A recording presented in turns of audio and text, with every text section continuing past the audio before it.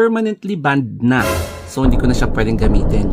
Yung old na TikTok account ko na halos 200k followers na. Ilang beses na akong nag-attempt na mag-appeal pero ang resulta is wala talaga. And talagang tanggapin na natin ang katotohanan na permanently banned na yung dating TikTok. Okay, kapag ilalagin natin yung old account ko, ganito yung mangyayari. Ayan. So, syempre, mag-e-enter muna tayo ng code.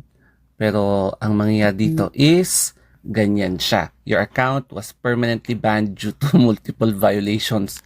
Grabe. Nakailang appeal na ako dito pero wala pa rin talaga. As in, hindi na siya marirecover pa.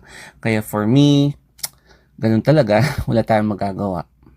Kahit na permanently banned na yung old TikTok account ko na may halos 200k followers, sayang no, nagbibigay pa rin ako ng tips para sa inyo para hindi kayo matulad sa akin. Ang weird lang kasi bakit parang mas masaya ako sa bago kong account as compared sa old account ko na halos aabot na siya sa 200,000. So kung makikita nyo, ito yung bagong account ko. Bisitahin natin itong bagong TikTok ko with 513 followers. Ito yung parang second TikTok ko.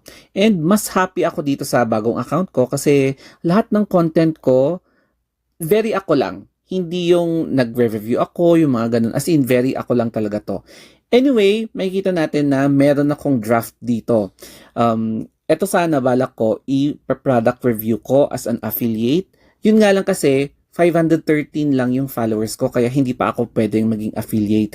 Minimum kasi is 600 followers bago ka maging affiliate. So, nakatambay lang yan and as the time na magiging 600 plus followers na ako, pwede ko na itong i-upload. So anyway, ito yung mga videos, latest uploads ko. Kung makikita nyo sa simula, nagpapasalamat pa rin ako kasi ayan, kahit papaano, medyo umaakyat yung views from hundreds. Ngayon, pumapalo na ako ng thousands, no?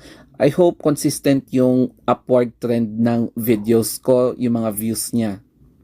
My first goal sa bago kong TikTok account is to activate yung affiliate account ko para naman makapag-promote or makapag-start na mag-promote na ako ng mga products. Kaya, ayan, makikita nyo 520 followers. Kaya baka naman guys, sana pa-increasein natin yung followers para ma-reach natin yung 600 followers at maging affiliate na tayo. So, i-check ulit natin yung TikTok ko. Kung mapapansin nyo, meron akong drafts dito na hindi ko pa ina-upload kasi gusto ko rin ipagpatuloy yung pag-a-affiliate ko dito sa TikTok. So, I have 520 followers.